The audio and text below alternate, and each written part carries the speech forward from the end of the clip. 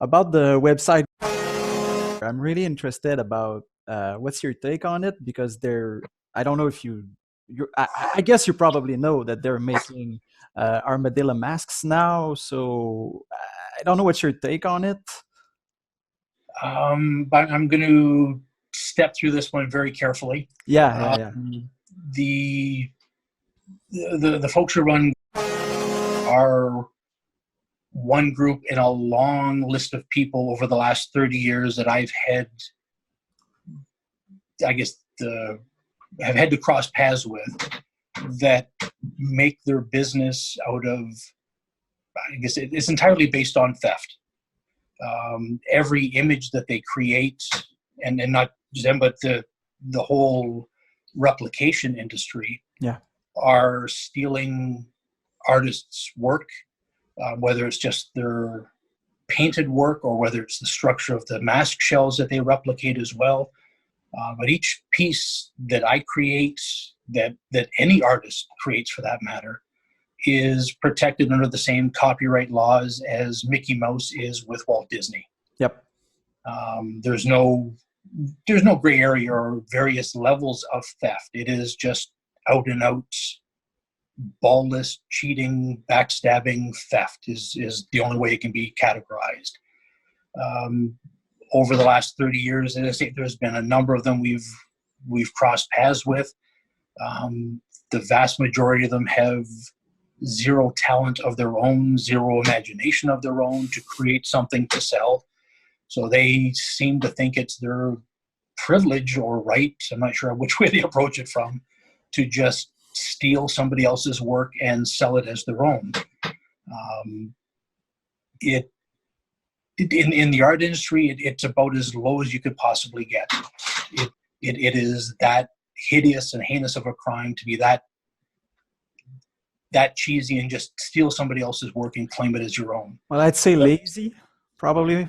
Like it's super lazy. It's super lazy if they had the intent, or if they didn't have that much of an intent. But so many of them over the years that is their business model, where they steal people's work, sell it, and make money off it. I take a little different spin on that compared to, and I've had some delivered to me as well, and things I had seen where a younger kid has a street hockey mask, or even an ice hockey, Mm-hmm. and is a big fan, as you are, of Van Beesbrook. We'll stay on that track.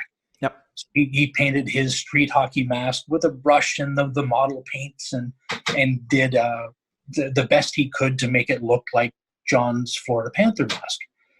That kind of makes me smile. And this little guy puts his effort into it, and he paints his own mask to replicate one of his heroes. And I think that's kind of cool. Yeah, and he's not making money off of it, so it's basically just an homage. So and yeah, technically it is against the rules or against the law. However, when someone takes it to the point of being that smug and thumbing their nose at you, and then sells it to make money, and that's the entire basis of, again, there's been many over the years, mm-hmm. that is the basis of their entire business model. It's flat out wrong. We've had legal help and legal restitution on a number of issues over the years. It kind of sucks because we're all big kids here. We should have manners. We should be able to play nice in the sandbox with others. Yeah. But it's just, there are some really sketchy characters out there that don't care.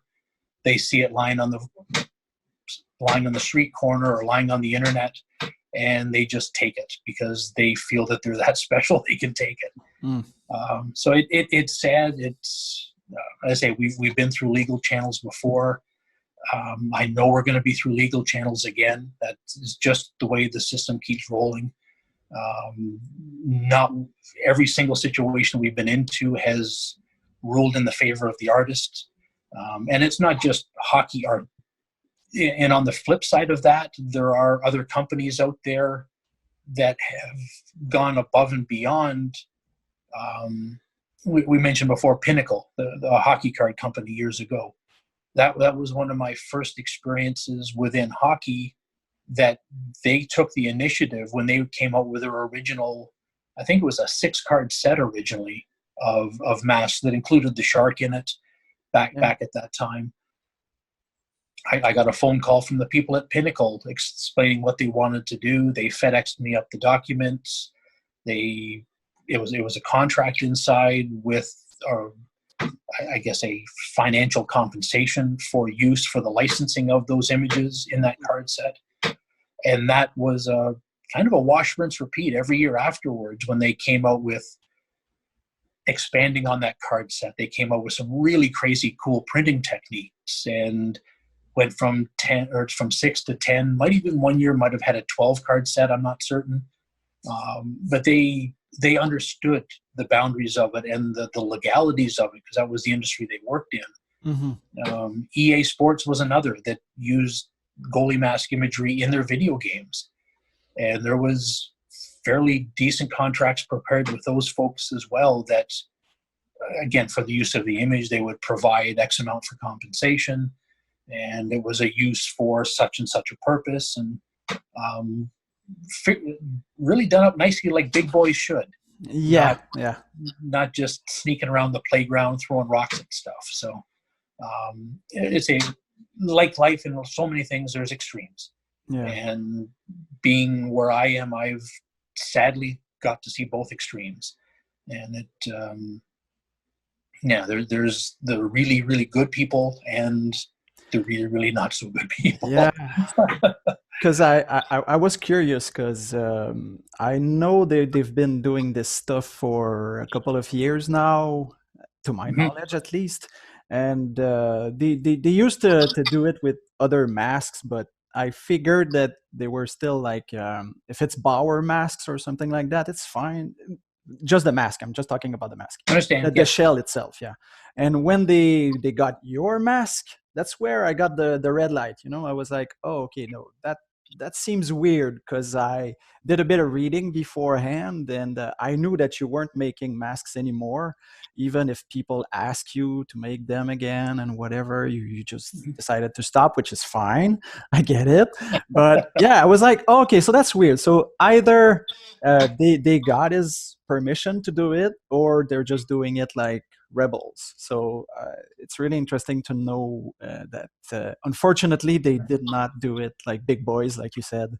Yeah, and rebels is probably the politest way you can say it. I have many more 4-letter words other than rebel that would be used for that. And that's the teacher in me. Yeah, congratulations. Thank you for finding the middle ground there. Yeah. But I still have conversation with other makers and other artists that I think our world has gotten a little smaller. I think we've banded together and really appreciate each other. I think partially because most of us aren't actively working in the industry anymore. We can all kind of gather a lot friendlier than we used to. And I know for certain, speaking with other makers, other painters that have created masks and imagery, any of the painted imagery that is being replicated and sold by this company and other ones that we alluded to earlier were not licensed and not compensated for. They were all everything to this day is still stolen images. Some of the companies I've heard, the way they get around it is they have the goalie who wore that artwork come into some of these shows and sign masks or sign some of their stolen artwork for them. They pay the goalies a fee to show up for the day to put their autograph on a lot of parts. But the part that most people don't understand is the goalies, at least any of the ones that I know, and I spoke with some fairly influential painters and builders, those rights to those images have never been sold or given to the goalies. It's the artwork still remains the property of the artist.